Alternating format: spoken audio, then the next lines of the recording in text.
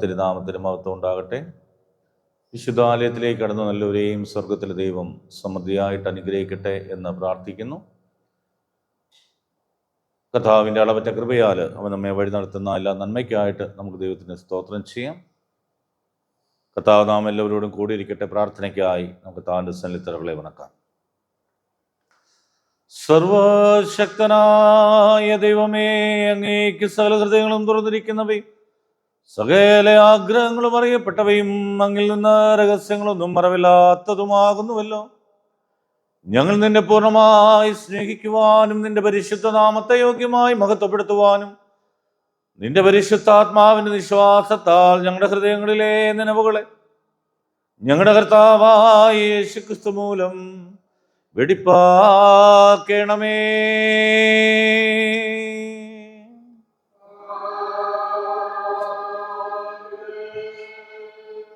അത്യുന്നതങ്ങളിൽ ദൈവത്തിന് മഹത്വവും ഭൂമിയിൽ പ്രസാദമുള്ള മനുഷ്യർക്ക് സമാധാനവും ഉണ്ടാകട്ടെ.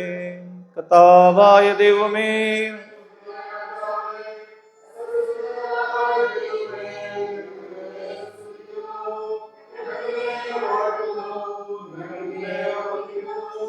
ഞങ്ങൾ നിന്നെ മഹത്വപ്പെടുത്തുന്നു. അങ്ങയുടെ വലിയ മഹത്വത്തിനായി ഞങ്ങൾ അങ്ങേക്ക് സ്തോത്രം ചെയ്യുന്നു. ഏകജാതനാം പുത്രനാം യേശു ക്രിസ്തുവാകുന്ന കർത്താവേ, കർത്താവായ ദൈവമേ, പിതാവിന്റെ പുത്ര, ലോകത്തിന്റെ പാപത്തെ ചുമക്കുന്നവനെ, ഞങ്ങളുടെ പ്രാർത്ഥന കൈക്കൊള്ളണമേ.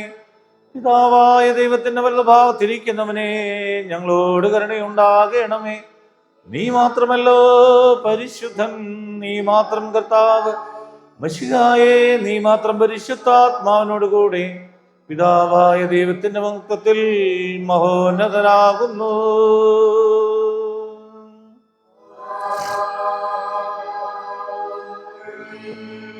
നമ്മുടെ കർത്താവ് പറഞ്ഞ പ്രകാരം ന്യായപ്രമാണത്തിന്റെയും പ്രവാചകന്മാരുടെയും ചുരുക്കം നമ്മുടെ കർത്താവായ യേശുക്രിസ്തു അരുളി ചെയ്ത ഇസ്രായേലേ കേൾക്കാം. നമ്മുടെ ദൈവമായ കർത്താവ് ഏകർത്താവാകുന്നു. നിന്റെ ദൈവമായ കർത്താവിനെ നീ പൂർണ്ണ ഹൃദയത്തോടും പൂർണ്ണ ആത്മാവോടും പൂർണ്ണ മനസ്സോടും പൂർണ്ണ ശക്തിയോടും കൂടെ സ്നേഹിക്കേണ്ടതാകുന്നു. ഇതാകുന്നു ഒന്നാമത്തെ കൽപ്പന. രണ്ടാമത്തേത് അതിനോട് സമം, അതായത് നിന്റെ കൂട്ടുകാരനെ നിന്നെ പോലെ തന്നെ സ്നേഹിക്കണം. ഇവയിൽ വലുതായി വേറെ കൽപ്പനയുമില്ല. ഈ രണ്ട് കൽപ്പനകളിൽ സകലനായ പ്രമാണവും പ്രവാചകന്മാരും അടങ്ങിയിരിക്കുന്നു.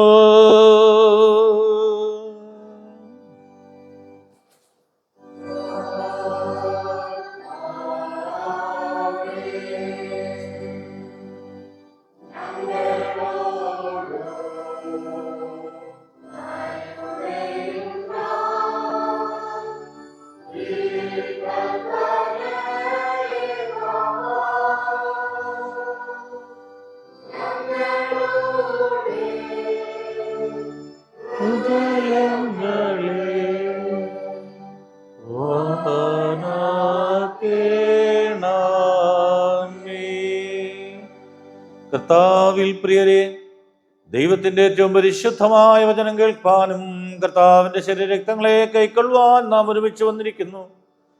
അതിനാൽ നമുക്ക് മുട്ടുകുത്തി മൗനമായി നമ്മെ തന്നെ ശോധന ചെയ്ത് വിശ്വാസത്തോടും അനുതാപത്തോടും അവങ്കലേക്ക് സമീപിക്കുന്നതിന് ദൈവകൃപ അന്വേഷിക്കാം.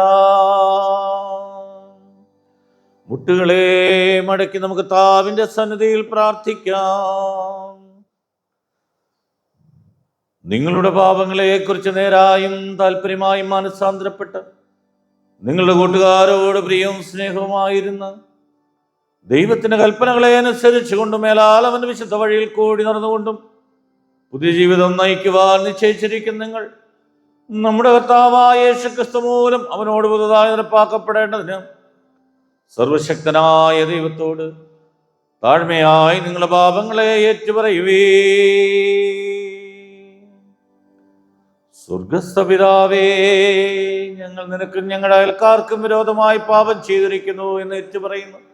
ഞങ്ങൾ പ്രകാശത്തിലല്ല ഇരുട്ടിലത്രേ നടന്നിരിക്കുന്നത്. ഞങ്ങൾ കർത്താവിന്റെ നാമം ഉച്ചരിക്കുന്നെങ്കിലും ഞങ്ങൾ അനീതി വിട്ടകന്നിട്ടില്ല. ഞങ്ങളോട് കരുണയുണ്ടാകണമേ.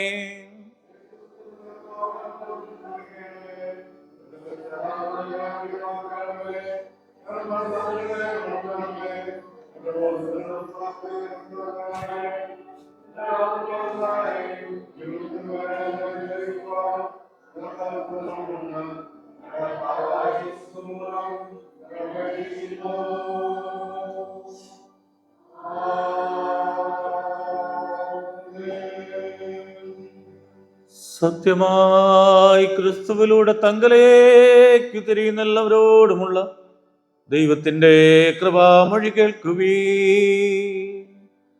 അധ്വാനിക്കുന്നവരും ഭാരം ചുമക്കുന്നവരുമായുള്ളവരെ എല്ലാവരും എൻ്റെ അടുക്കൽ വരുവീൻ, ഞാൻ നിങ്ങളെ ആശ്വസിപ്പിക്കും. തൻ്റെ ഏകജാതനായ പുത്രനിൽ വിശ്വസിക്കുന്ന ഏവനും നശിച്ചുപോകാതെ നിത്യജീവൻ പ്രാപിക്കേണ്ടതിന് ദൈവവനെ നൽകുവാൻ തക്കവണ്ണം ലോകത്തെ സ്നേഹിച്ചു. ക്രിസ്തുവേശു പാപികളെ രക്ഷിപ്പാൻ ലോകത്തിൽ വന്നു എന്നുള്ളത് വിശ്വാസ്യവും എല്ലാവരും അംഗീകരിപ്പാൻ യോഗ്യമായ വചനം തന്നെ. ഒരുത്തൻ പാപം ചെയ്തു എങ്കിലോ നീതിമാനായ യേശുക്രിസ്തു എന്ന കാര്യസ്ഥൻ നമുക്ക് പിതാവിന്റെ അടുക്കലുണ്ട്. അവൻ നമ്മുടെ പാപങ്ങൾക്ക് പ്രായശ്ചിത്തം ആകുന്നു.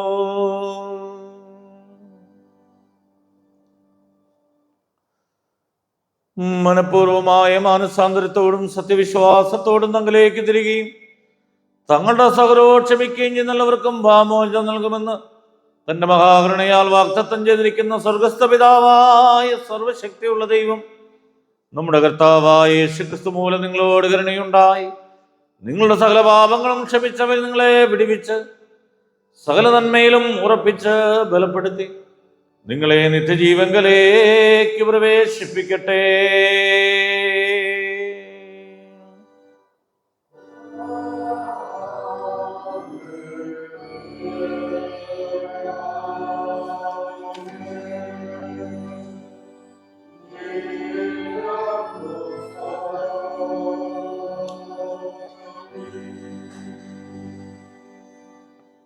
നമുക്ക് കർത്താവിൻ്റെ സന്നിധിയിൽ പ്രാർത്ഥിക്കാം. കർത്താവ് നിങ്ങളോട് കൂടിയിരിക്കട്ടെ.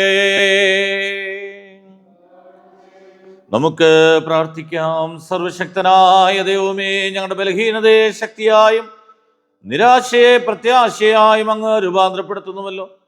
ഞങ്ങളുടെ ദുഃഖം സന്തോഷമായി മാറുമെന്ന് അങ്ങയുടെ വാഗ്ദാനത്തിനായി ഞങ്ങൾ നന്ദി പറയുന്നു. സത്യത്തെയും സമാധാനത്തെയും സ്നേഹിക്കുവാൻ അങ്ങയുടെ വചനത്താൽ ഞങ്ങളെ പ്രചോദിപ്പിക്കണമേ. വേദനയുടെയും കഷ്ടപ്പാടുകളുടെയും ഈ ലോകത്ത് സമാധാനത്തിൻ്റെയും അനുരഞ്ജനത്തിൻ്റെയും ചാലകമാകുവാൻ അങ്ങയുടെ ആത്മാവിനാൽ ഞങ്ങളെ ശക്തീകരിക്കണമെന്ന് സമാധാന പ്രഭുവായി പരിശുദ്ധാത്മാവിനോടും കൂടെ കാലാവസാനം കൂടാ ജീവിച്ചു വാഴുന്ന ഞങ്ങളുടെ കർത്താവായ യേശുക്രിസ്തു മുഖാന്തരം ഞങ്ങൾ അങ്ങയോട് അപേക്ഷിക്കുന്നു.